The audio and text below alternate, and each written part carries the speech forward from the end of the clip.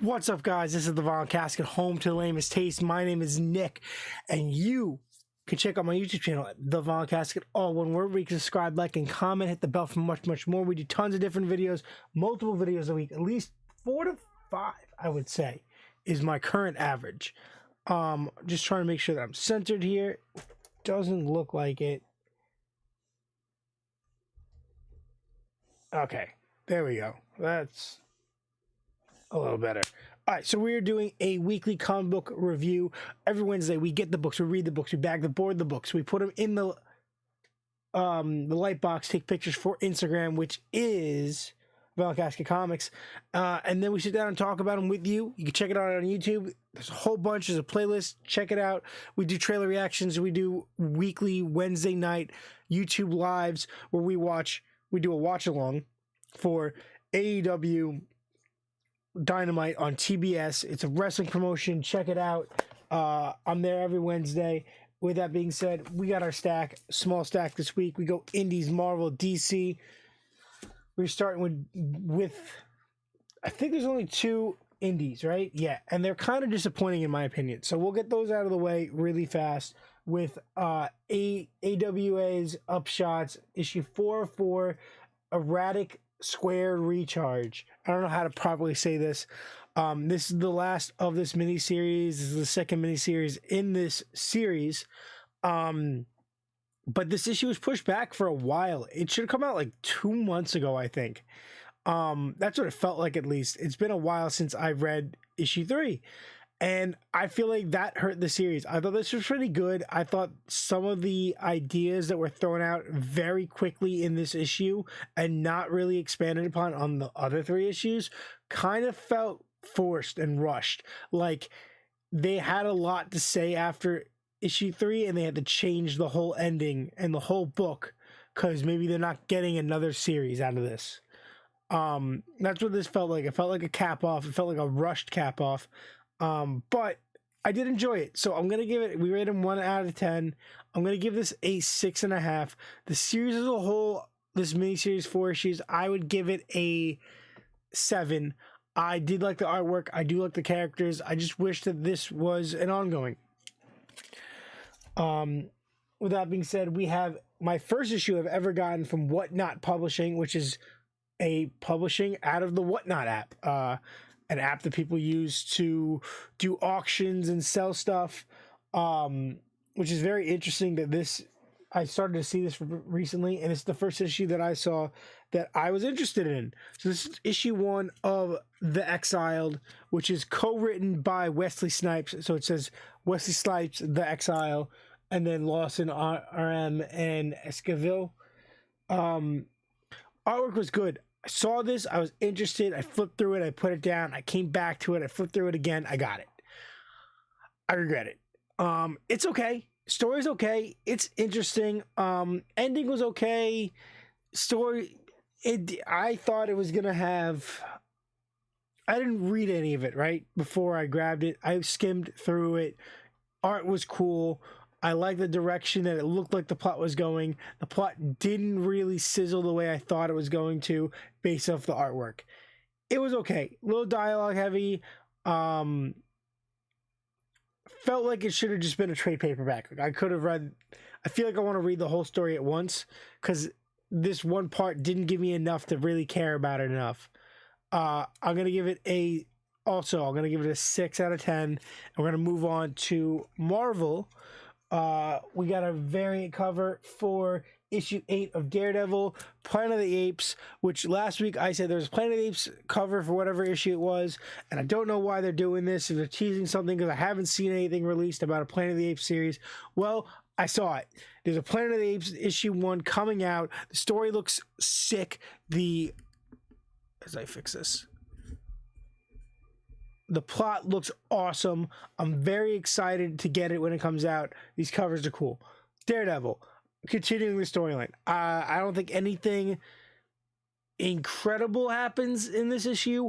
Art was great. Having the giant dragon fly around and the fight between Daredevil and Punisher was cool.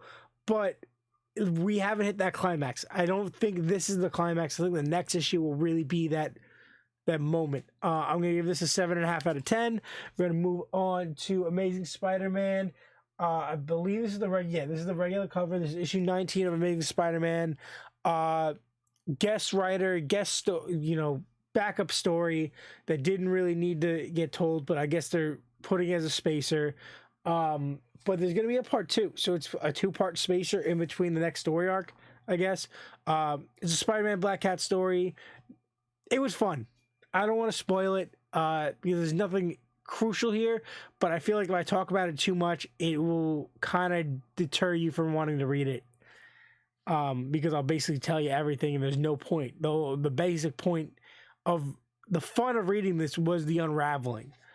I'm gonna give it a 7. It was okay. Artwork was pretty cool.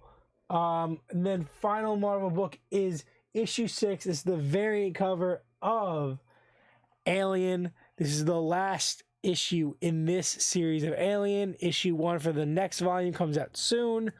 I love this cover, and I honestly enjoyed this issue. This story arc with Steel Team has been cool.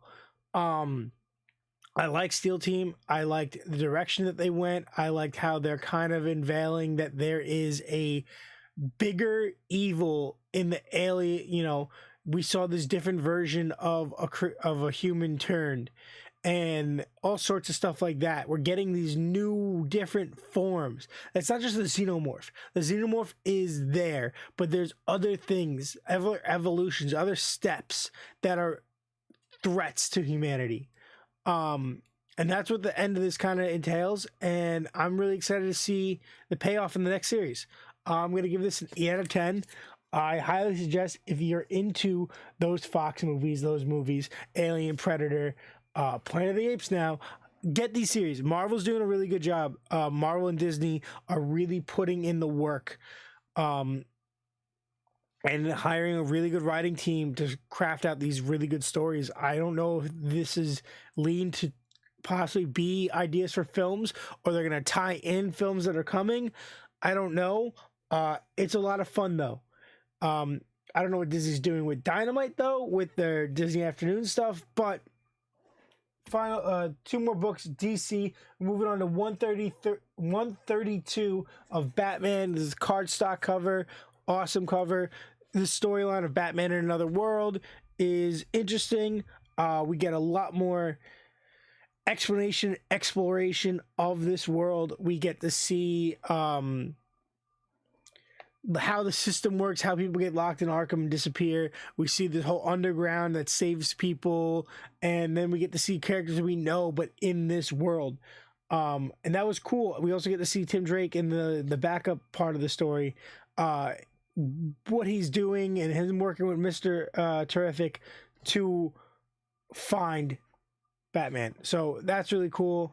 I'm gonna give this a 8 out of 10. I thought it was pretty solid. I think out of recent Batman issues, the way they're handling the storyline and the way that this issue was crafted, and the way that they keep poking fun at the fact that Batman fell from space, deserves some highlight.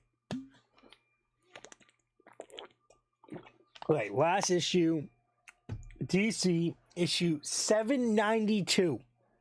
This is definitely the longest running title that I read right now because I'm not reading action or detective. We're going to go with The Flash. Cardstock cover. I don't know if this is A, B, or C, but this is an incredible cover, guys. This is my favorite cover. This is cover of the week. Easily cover of the week. And it might be issue of the week. I really enjoyed this storyline. So this is the next part of 1 Minute War, and it's been awesome. 1 Minute War has been awesome. The special was awesome. The issues that have been in the main storyline have been awesome. Seeing Impulse and Kid Flash work together is so cool. Max Mercury, all the speedsters. I'm really enjoying this, and I can't wait to see the reintroduction into the main book of Godspeed.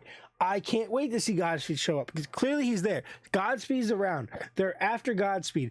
I need me some Godspeed. I've been waiting since he snapped his neck. That might have been one of the first issues I ever reviewed on this channel, right? It must have been part of one of my first early reviews. Was the end of that run where he teamed up with Godspeed and Reverse Flash, and Reverse Flash was looking like a good guy, and then turned on him and snapped his neck and told him that he was the guy who killed his brother the whole time. And I can't wait to see Godspeed come back. I hope he has that information. I know that was all pre Death Metal, so Godspeed could have been around this whole time, and we haven't seen him. I'm so excited. Boom. This issue is a 8.5, clearly. And that being said, we'll quickly do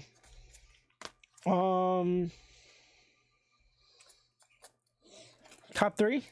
We'll do top three. Batman, Alien, Flash. Top three. Easy. That's all I got to say. Next week, a book that I've been waiting for should be coming out. Swamp Thing, Green Hell, issue 2. It's been over a year since issue 1 came out. It's an oversized issue. It's big. I might be picking it up. I gotta skim through it. I might not. That's my biggest excitement, to finally read issue 2. With that being said, guys, thank you so much for tuning into the channel. This is The Vinyl Casket, home to the lamest taste. You can check me out on YouTube at The Vinyl Casket, all one word. Where you can subscribe, like, and comment. Hit the bell for much, much more. Remember to do me a massive favor, guys. Massive favor. First off, RIP Jay Briscoe. Second off, stay lame.